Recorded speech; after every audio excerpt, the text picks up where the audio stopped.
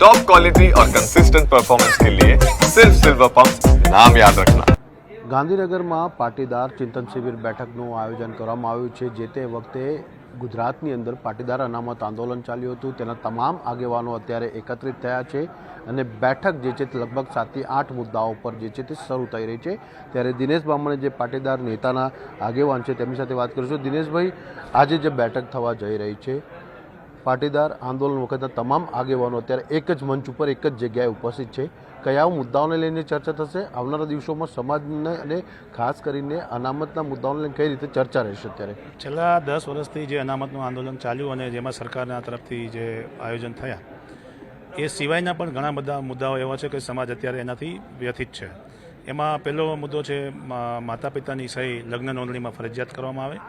અમારી 2022 પહેલાંની માગણી છે અને એ માગણીના આધારે સરકાર એમાં કંઈક નિર્ણય લે। બીજો બાબત છે ઓનલાઈન ગેમિંગ અને વ્યાજખોરીના મુદ્દામાં અમારા સમાજના ઘણા બધા યુવાનો ભોગ બને છે, તો એ બાબતે પણ જનજાગૃતિના સ્વરૂપે સમાજના આગેવાનો શું કરી શકે એ બાબતે આજે ચિંતન થશે। ત્રીજા નંબરનો મુદ્દો છે કે સ્થાનિક સ્વરાજની ચૂંટણીમાં 10% અનામતની જોગવાઈ કરવામાં આવે અને એ બાબતે પણ આગળની રણનીતિ અહીંથી નક્કી કરવામાં આવશે। ત્રીજા અને ચોથા નંબરના મુદ્દાની વાત એ છે કે જે સામાજિક પ્રશ્નો ઉપસ્થિત થાય છે, દાખલા તરીકે ગોંડલમાં થયો કે પાયલ ગોટીના મુદ્દે થયા, ત્યારે એક થઈને એ મુદ્દાને સત્યના રૂપે લોકો સમક્ષ લઈ જવો અને એના માટે જે કંઈ આગેવાની કે સમાજને દરેક સમાજો વચ્ચે સંકલન જળવાઈ રહે એ પ્રયાસો કરવા। અને ચોથો મુદ્દો છે અમારો કે બિન અનામત આયોગના ચેરમેનની નિમણૂક થાય, એ બાબતે અમે સરકારને રજૂઆત કરીશું। સરકાર સમક્ષ વારંવાર રજૂઆત આ તમામ મુદ્દાઓને લઈને પણ કરી છે ભૂતકાળમાં। સરકાર તરફથી કોઈ હકારાત્મક જવાબ જે છે તે મળ્યો નથી। હવે શું છેલ્લું અલ્ટિમેટમ આપવાની કોઈ તૈયારીઓ ખરી? કારણ કે ઘણા સમયથી આપ આ તમામ મુદ્દાઓને લઈને લડત લડી રહ્યા છો, તો હવે અલ્ટિમેટમ આપીને આંદોલનની ચીમકી? આ આંદોલન એક પ્રકારનું આંદોલન નથી, આ અલ્ટિમેટમનો પણ પ્રશ્ન નથી, પણ અમે ઈચ્છીએ છીએ કે 25/8 સુધીમાં સરકાર આ બાબતે નિર્ણય લે, નહીતર પછી અમે સમગ્ર ગુજરાતમાં દરેક સમાજનો એક મૂંઝવતો પ્રશ્ન છે, તો સમગ્ર ગુજરાતમાં અમે જનજાગૃતિનું અભિયાન ચલાવી અને આના બાબતમાં સમર્થન યાત્રાઓ કાઢીશું। મહત્વનો પ્રશ્ન જે રીતે ગોપાલ ઇટાલિયાને આમ આદમી પાર્ટીએ ટિકિટ આપી, પાટીદાર ચહેરો જે સામે આવ્યો છે, એવું કોઈ આયોજન આજની બેઠકમાં થશે કે અન્ય પાર્ટીઓ પણ જે છે, અન્ય રાજકીય પક્ષો પણ જે છે તે પાટીદાર ચહેરાને આવી રીતે ટિકિટ આપી, યુવા ચહેરાને? ના, આમાં અત્યારે રાજકીય કોઈ વિષય નથી, કારણ કે દરેક પક્ષના અને દરેક વિચારધારાના લોકો આજે જોડાયા છે। ફક્ત ને ફક્ત સમાજ ચિંતનની વાત છે અને સમાજના જે પ્રશ્નો હશે એ સામૂહિક જે કાંઈ રજૂ થાય એની પર આગળની રણનીતિ નક્કી કરવામાં આવશે।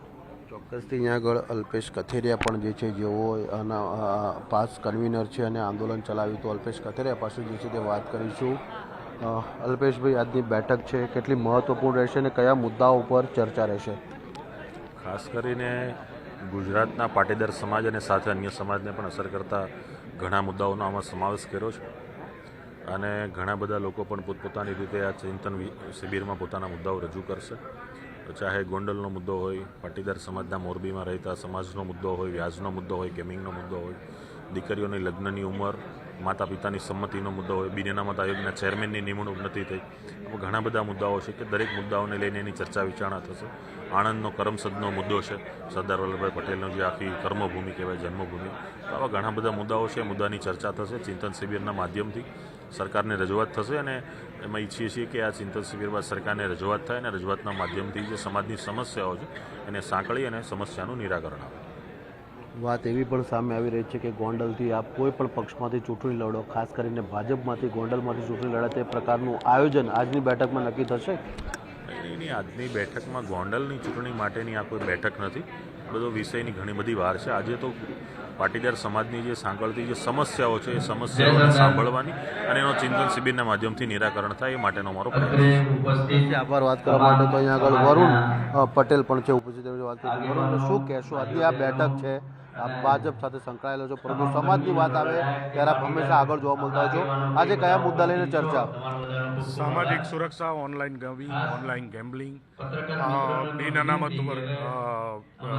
આર્થિક ધોરણે અનામત, સ્થાનિક સ્વરાજની ચૂંટણીઓમાં પણ લાગુ થવી જોઈએ, આ મુદ્દે આ મિટિંગ પત્યા પછી તમને બ્રીફ કરી। અહીંયા આગળ અત્યારે જે છે તે પાટીદાર સમાજના તમામ આગેવાનો અહીંયા આગળ એકત્રિત થયા છે અને અહીંયા ટૂંક જ સમયમાં જે છે તે બેઠક જે છે તે શરૂ થવાની છે અને બેઠક પૂર્ણ થયા બાદ જે છે તે સત્તાવાર રીતે જે છે તે નિર્ણય જાહેર કરશે।